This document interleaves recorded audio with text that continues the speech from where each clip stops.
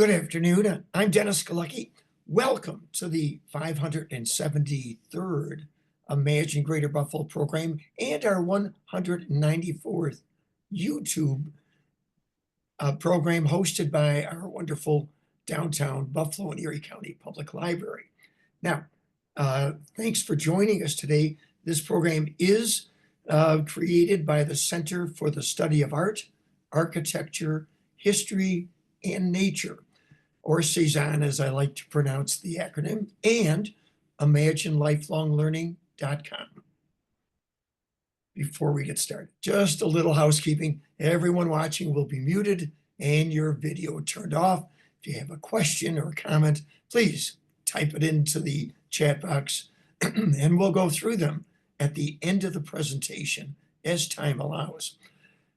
We are recording this program, so you can watch it again later on the Downtown Central Library's Facebook page and YouTube channel. And please, we hope you share the link with others. Now on to our featured speaker on this April 22nd, Earth Day.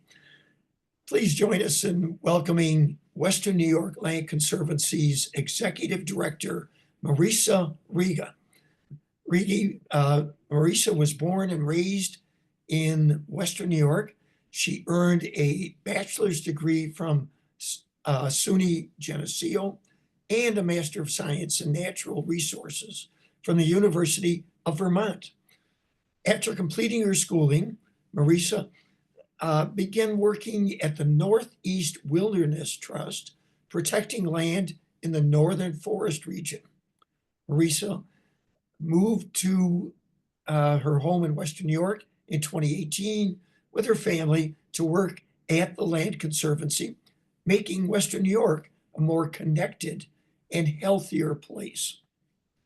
In 2024, she was named on Buffalo's Business's first 40 under 40 list of notable Western New York professionals. Congratulations on that, Marisa. All right, so let's welcome Marisa Riggi. Marisa, take it away. Thanks, Dennis. Hello, everyone, and happy Earth Day. I'm thrilled to be here with you. This is one of my favorite days, so I'm very excited to be here to talk with you today about the Western New York Land Conservancy. I wanted to thank Dennis, Imagine Buffalo, and the library for inviting me here today. I wanted to start out with acknowledging the traditional and ancestral lands of the Seneca, Tonawanda Seneca, and Tuscarora nations on which we live and work. We are thankful to the Haudenosaunee who have been and continue to be stewards of this land.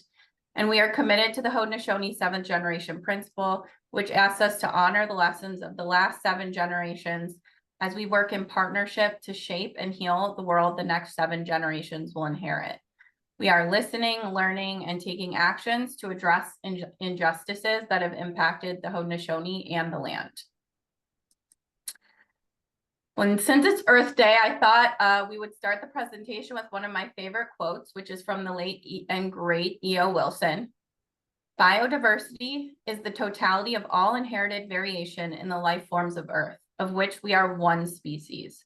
We study and save it to our great benefit. We ignore and degrade it to our great peril. E.O. Wilson's work on biodiversity and conservation are at the center of the work of the Western New York Land Conservancy. We know that our species and the future of our species is interrelated to the future of all species and ecosystems on this planet.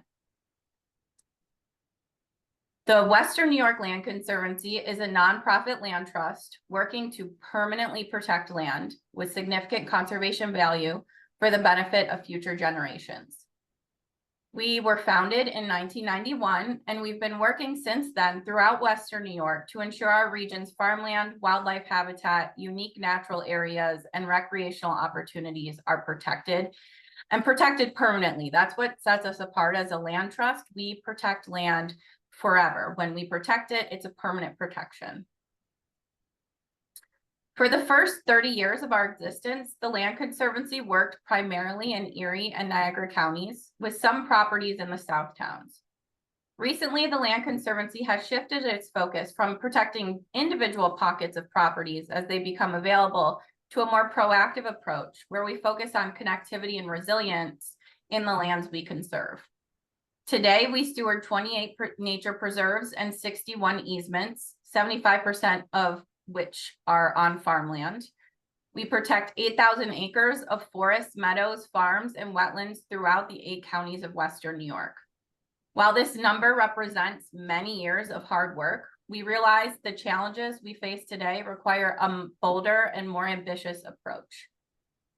We are currently working to ramp up the pace of our conservation efforts and have over an additional 9,000 acres of projects underway right now. This map you see here with all of the green dots are showing places we've protected in Western New York. And this shows in the red dots the places we're working to protect. Every red dot represents a project we're currently working on. So there will be a depressing part of this talk, and then it will get much less depressing and hopeful towards the end, but bear with me. There are a number of big issues we are facing in Western New York and around the world. We see historic changes across the landscape that are having wide-ranging impacts on wildlife, plant, and human populations. Invasive, non-native species are displacing native species at alarming rates, creating novel ecosystems that wildlife populations are not adapted to. This photo here shows a nearly entirely invaded property of buckthorn, which has now been restored by the Land Conservancy, but this was almost monoculture of a non-native invasive species. We also see land use decisions that lead to habitat loss and fragmentation. When you fragment a landscape, you create more edge habitat, which generalist species are very good at living in. So you see a lot of white-tailed deer, raccoons, gray squirrels. But what happens when you do that is you decrease the amount of interior habitat. So the species that rely on interior habitat for their life cycle decrease in number and vitality greatly. We also see habitat fragmentation creating barriers to wildlife movement that impacts the mortality and the movement of species and causes increased wildlife and human conflicts. These issues are further compounded by climate change, which we see in our own region with increasingly unpredictable weather. All of these factors combine to create what we see today, which is an extinction crisis. According to the National Wildlife Federation, 1/3 of America's species are vulnerable, with 1 in 5 species imperiled or at high risk of extinction. Ecologists estimate that the present day extinction rate is 1,000 to 10,000 times the normal background rate of extinction due to human activities. And at the same time as we're losing wildlife habitat, our region's farmland is facing unprecedented loss and challenges as well. According to the American Farmland Trust, the nation loses 2,000 acres of farmland every single day to development. Just since the start of this century, New York has lost more than 250,000 acres. And if we continue on this trajectory, we're on track to lose an additional 18 to 24 million acres of farmland by 2040. This at the same time as we're seeing greater and greater needs for farms and food in all of our communities and access to that food in those farms. American Farmland Trust research also indicates that more than 40% of American farmland will change hands over the next 15 years. And it's during this transition time that much farmland falls into the hands of people who end up converting it to other non-farming uses. So what do we do? What do we do in the face of a biodiversity crisis and unprecedented farmland loss? A few years ago, as the Land Conservancy began looking at our current strategic plan and looking at our next strategic plan for the next 5 to 10 years, we realized we needed to make a shift in our long-term focus as a land trust. While we continue to protect as many of the important agricultural and ecological properties as we can throughout our region, we realized that the coming challenges posed by climate change required us to create a long-term plan to ensure Western New York remains ecologically viable into the future. Protecting properties as one-offs or islands of habitat was not going to create the connectivity required for that to allow plants and animals to shift their home ranges and move through our region and beyond as the climate changes. We also realized we needed to focus on protecting our region's most climate resilient lands that would continue to retain high quality habitat to support a diverse array of plants and animals, even as the climate changes. We can mitigate many of these threats by practicing landscape scale conservation. Landscape scale conservation focuses on conserving large, interconnected landscapes that allow wildlife and plants to migrate and move freely, rather than protecting isolated islands of land. Our work focuses on creating a wildway network, which is comprised of 3 areas. Core areas, which you see in green, the darker green on this slide. These are large natural habitat areas. These are areas that are ideal for the highest levels of protection and create the core habitat that species require to sustain life. You also have linkages, which are corridors between these core areas, and they provide links for wildlife populations to ensure genetic variability and the opportunity for wildlife to move as climate factors change. These areas are also where more human uses are located or planned, including farms, sustainably managed forests, municipal parks, and riparian or riverine areas. There are then buffer zones or compatible use areas. These are areas outside of cores and linkages where more intensive human use happens, but where wildlife and nature-friendly practices are encouraged. These can include towns, houses, or housing or business developments. Our answer to this crisis that we find ourselves in is the Western New York Wildway. The Western New York Wildway is a landscape scale conservation project. It was inspired by the Eastern Wildway, which is an extensive wildlife corridor envisioned and mapped by the Wildlands Network, linking the Gulf of Mexico to the East Coast, through the East Coast and up to Canada. As you can see, the Eastern Wildway touches Western New York and connects our habitats to this greater vision and cause. When we looked at the Eastern Wildway as it maps in Western New York, we realized we needed to use localized data and knowledge to refine where the Wildway falls in our region. We decided to do an analysis at the regional scale with the best available data to see where the cores and corridors in our region are, and then to prioritize those areas to ensure our region's biodiversity and ecological viability are protected.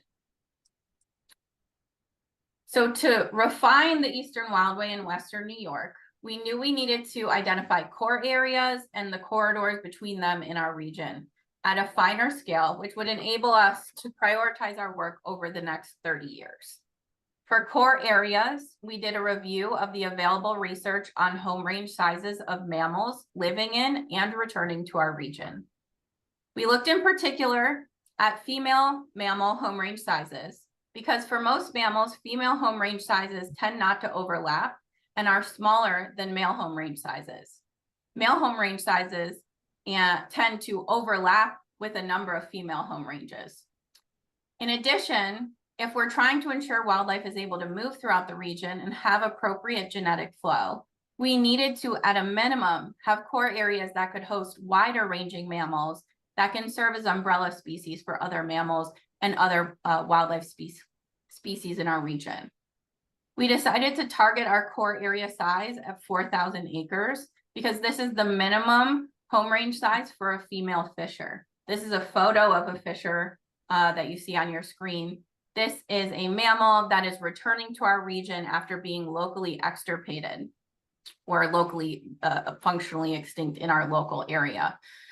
And this area, this home range size of female fishers also encompass other wide-ranging mammals' home range sizes in our region. So we identified the size of the cores we needed. And then we needed to figure out how to best connect them and how wide those connections needed to be.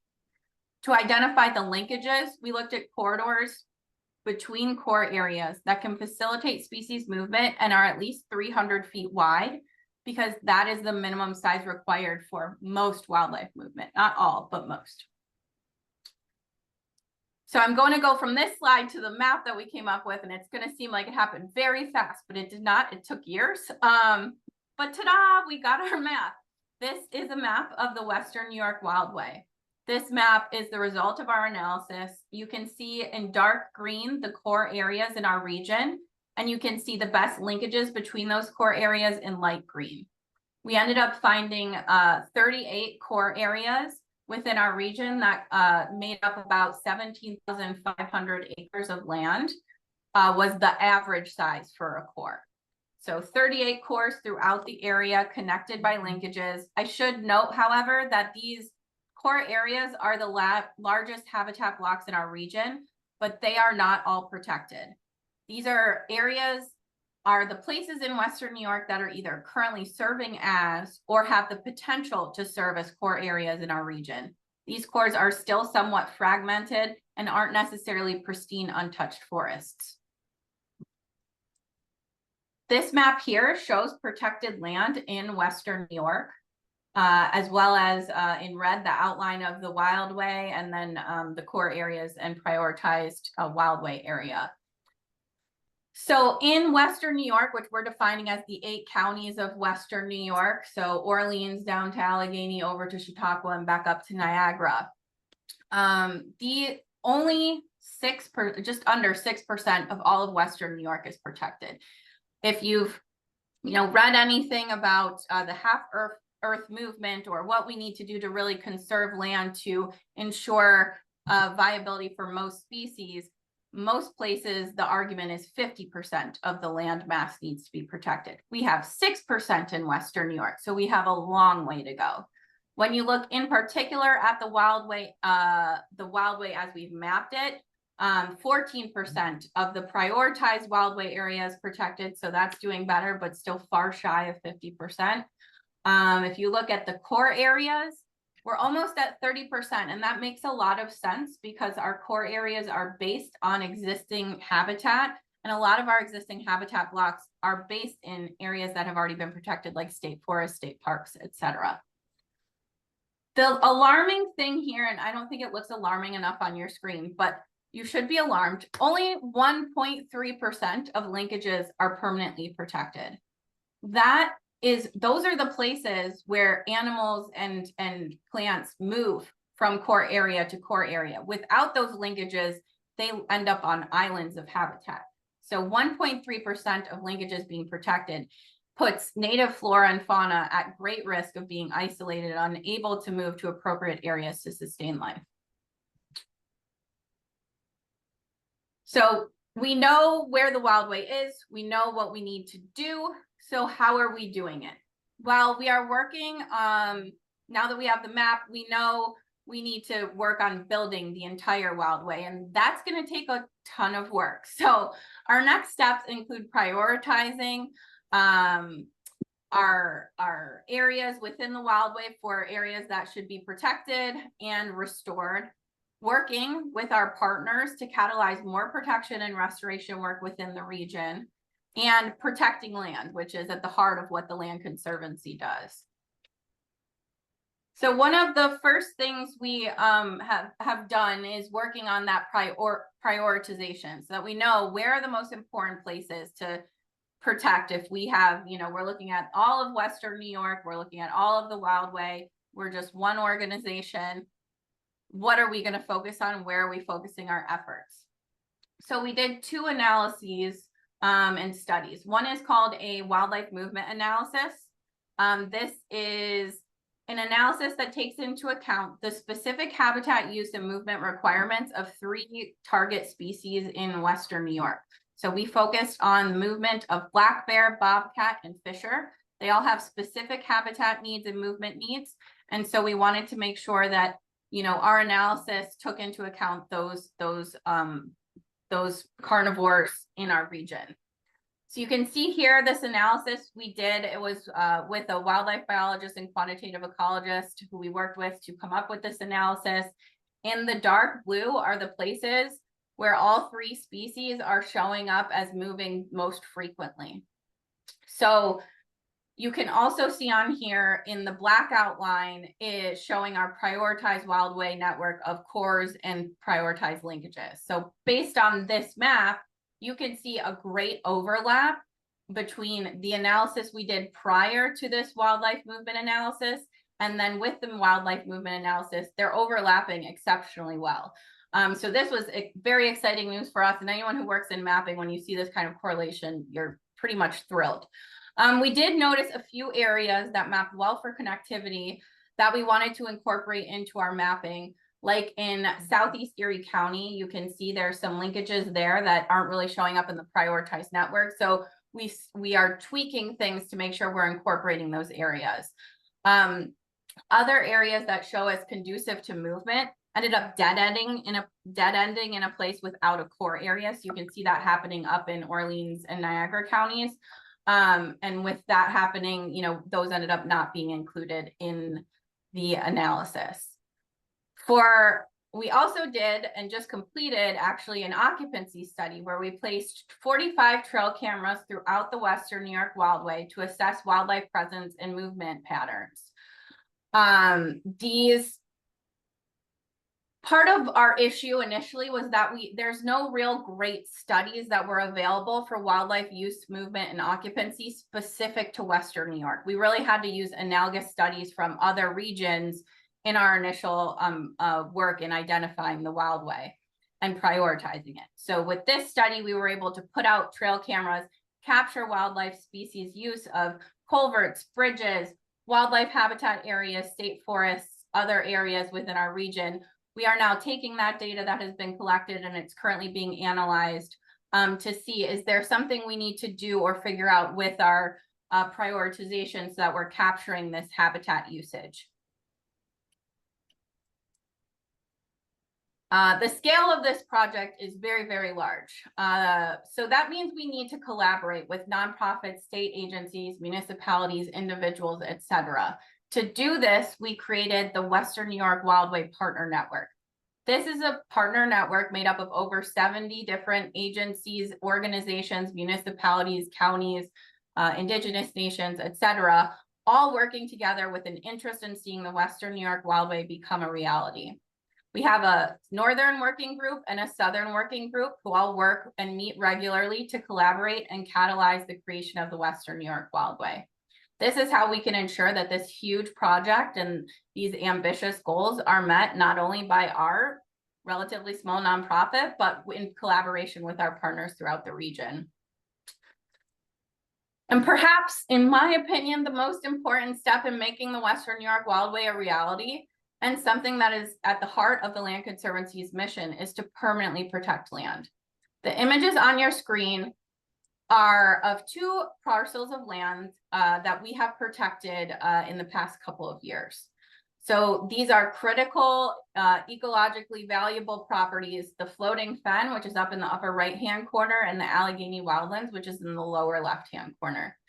The Floating Fen falls within a critical wildway linkage area in Chautauqua County, while the Allegheny Wildlands habitat, it falls within a habitat core around Allegheny State Park.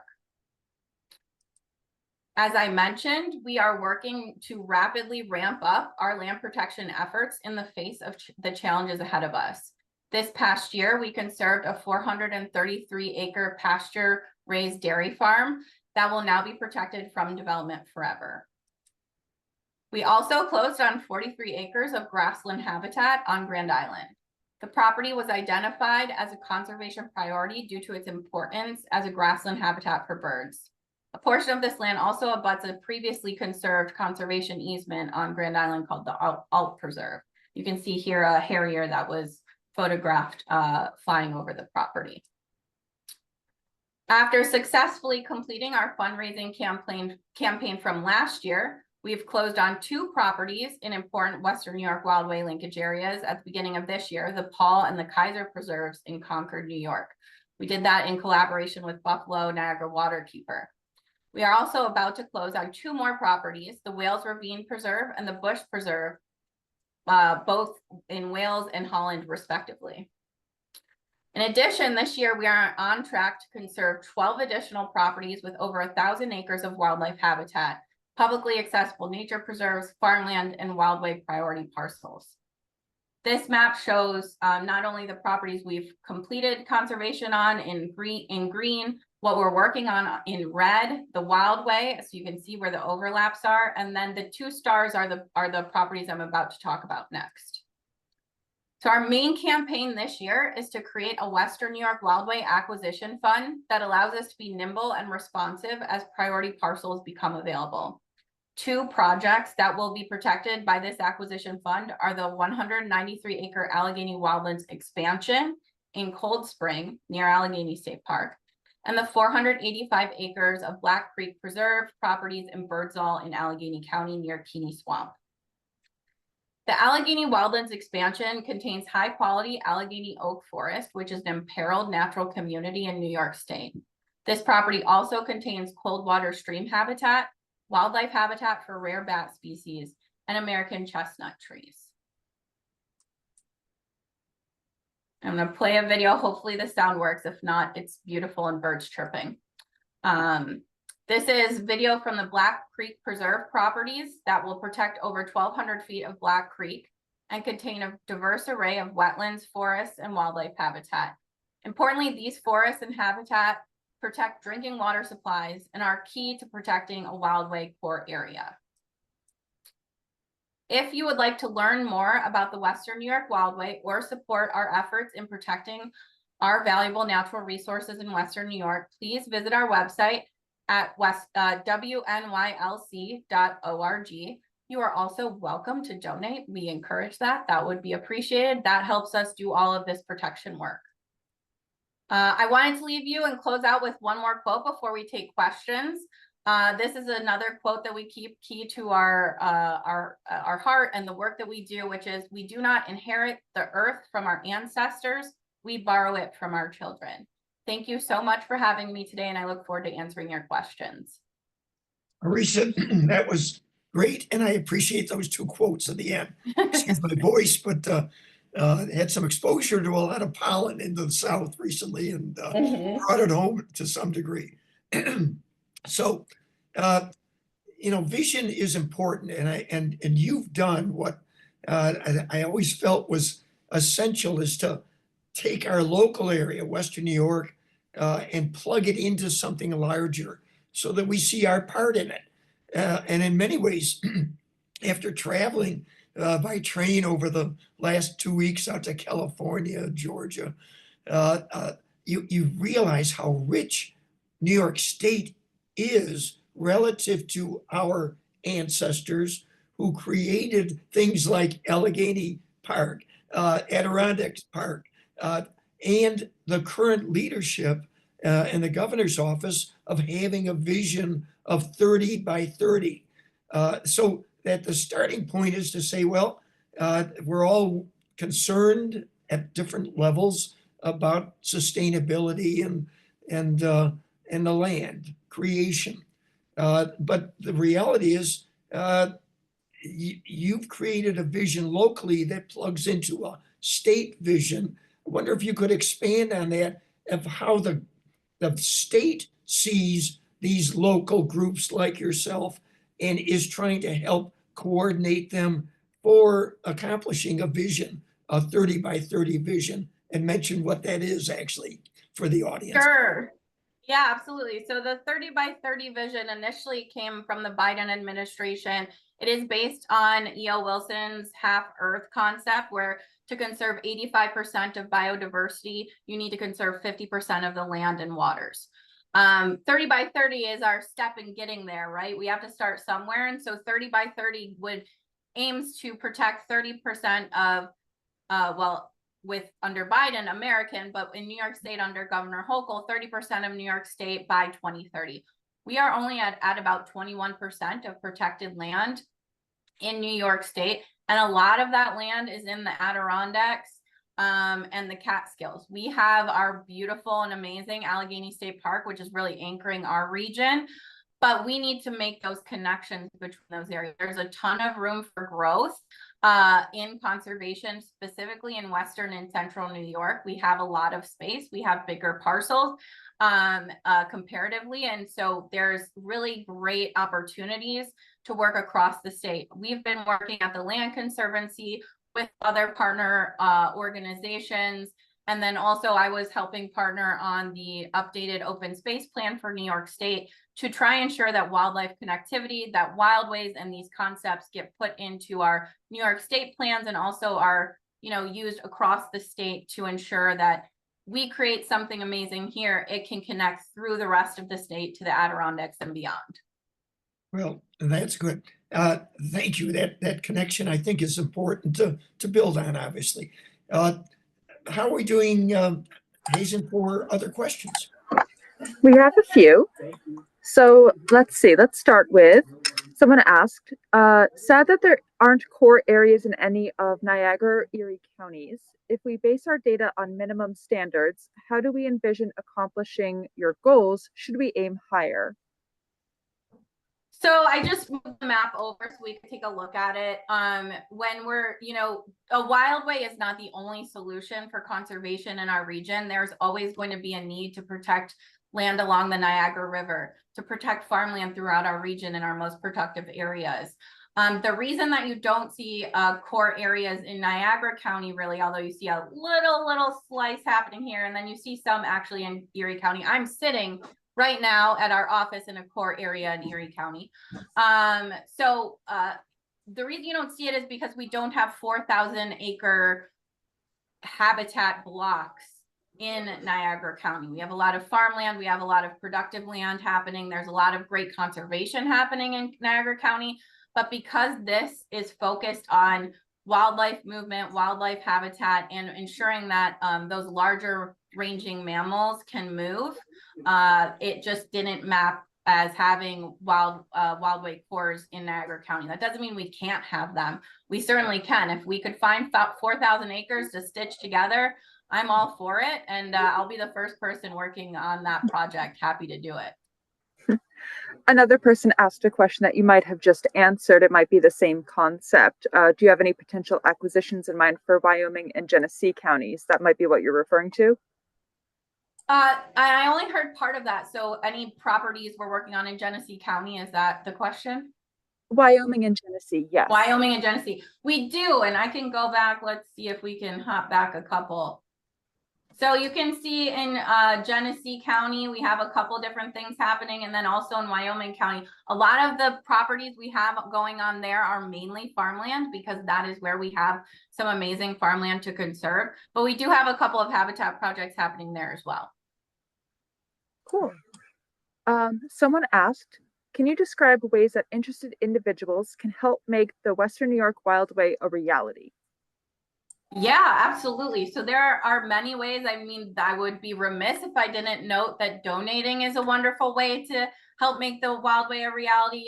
We have a option on our donation page where you can donate monthly, which really helps us to kind of smooth out income throughout the year and know that we can rely on some income coming in for those projects. Beyond financial, we have volunteer opportunities throughout the year on our website. So I definitely encourage you to go to our website, wnylc.org. And beyond that, there is a Wildway Partner Network that we have.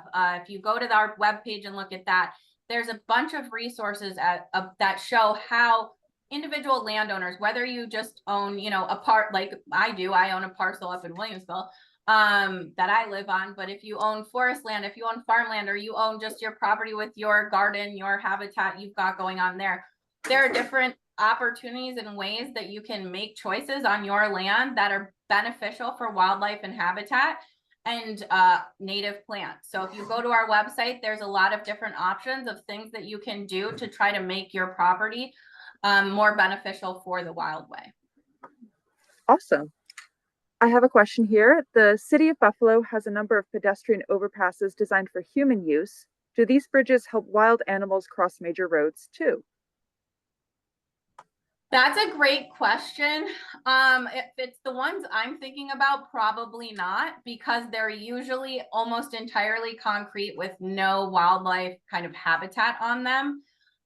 Wildlife within the city is typically using underpasses more frequently because usually they're near a river, or there's at least some grass or something on the underpass that they can utilize. Those pedestrian overpasses, if they're the ones I'm thinking of, where they're almost entirely concrete or metal, are not really beneficial for helping most wildlife move throughout the city. Awesome, thank you. And I have one last question here. What was the most exciting thing you learned from the wildlife occupancy study? Ooh, that's such a good question. So we had 3 target species for the region. We were looking at fisher, black bear, and bobcats. And we knew we would find evidence of black bear. We knew we would find evidence of fisher. We didn't quite think we'd find evidence of fisher where we did, which is they've moved much further north than we anticipated. And we're actually using areas that we didn't think they would because the habitat size wasn't necessarily big enough, but we did find them utilizing areas that were a bit smaller. It might have been a male fisher moving through. But the coolest thing is, so we got some amazing photos of bobcats. We were nervous we weren't going to get any pictures of bobcats. They're pretty elusive, and they're not, well spotted in our region. We found a lot of use of habitat of bobcats utilizing culverts and underpasses to get from one area to the next. So it seemed like of all the species, the bobcats, the cats were being the wiliest and being the most using of all of those like underpasses and areas to kind of go from one place to another sneakily without being seen. Awesome. Thank you so much. I'll turn it back over to Dennis. Thanks, Hazen. Hey, I'll add to that. Folks would do well to look at your website. You've got pictures on the website of some of the animals captured in different locations, if I'm not mistaken. And I'll finish it up. New York State's blessed with a lot of colleges, universities.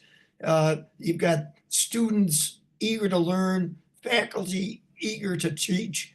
How do you connect with those as a leading instrument for lifelong learning, place-based lifelong learning, which I tend to want to promote, and the goals that you're trying to achieve? How is that union fortified by your efforts?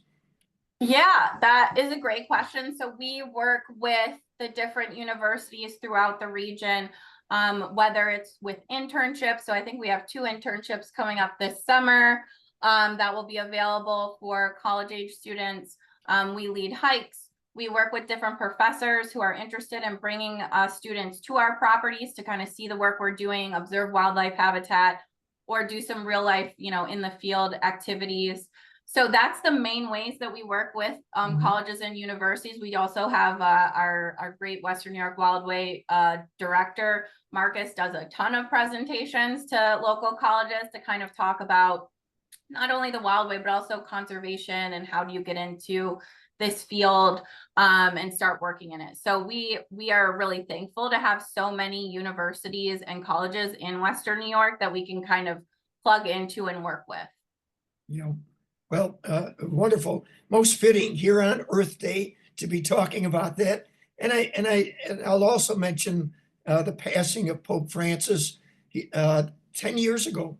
This Pentecost, 10 years ago in June, he wrote Laudate Si, and it really was in care of our home, trying to show a leadership role of connecting beliefs and life. And the planet that we inherited and will leave to others, to use those same quotes from E.O. Wilson. So most fitting to have these conversations today. Marisa, you've set big goals. We wish you well, and I invite all of us to consider how to plug in to this big effort and big vision here in New York State, Western New York, as part of New York State and America. So we will go with that. I thank you both, and let's see who we've got for next week. In fact, speaking of sustainability, we hope you'll come back next week, Tuesday the 29th. We'll be joined by Andrew Del Monte, the Executive Director of Cooperation Buffalo, for their presentation, along with J.D. Hartman, our co-host that week, every 5th Tuesday when we have one. J.D. helps me out. And that talk will be Equity, Opportunity, and Resilience, Buffalo's Cooperative Economy. I mentioned J.D. Hartman. He is the representative from Western New York Sustainable Business Roundtable, dealing with that. I don't know, I saw J.D. on the thing if his mic is open up. JD, did you want to add anything relative to your speaker next week? Sort of put you on the Sure, spot. absolutely. Andrew is someone who is in the trenches, but he also is a big thinker, kind of like Marisa, which thank you very much to the Western New York Land Conservancy. Your work is so essential. But anyway, so are cooperatively owned businesses, whether it's in how we revitalize the east side of Buffalo or, current projects that are representative of great success, like the 5 Points neighborhood that's anchored by the Urban Roots Garden Cooperative. So it's gonna be a great conversation. Please join us. We'd love to hear your questions and all. Good, JD, thanks. Kyle, did you want to add anything further?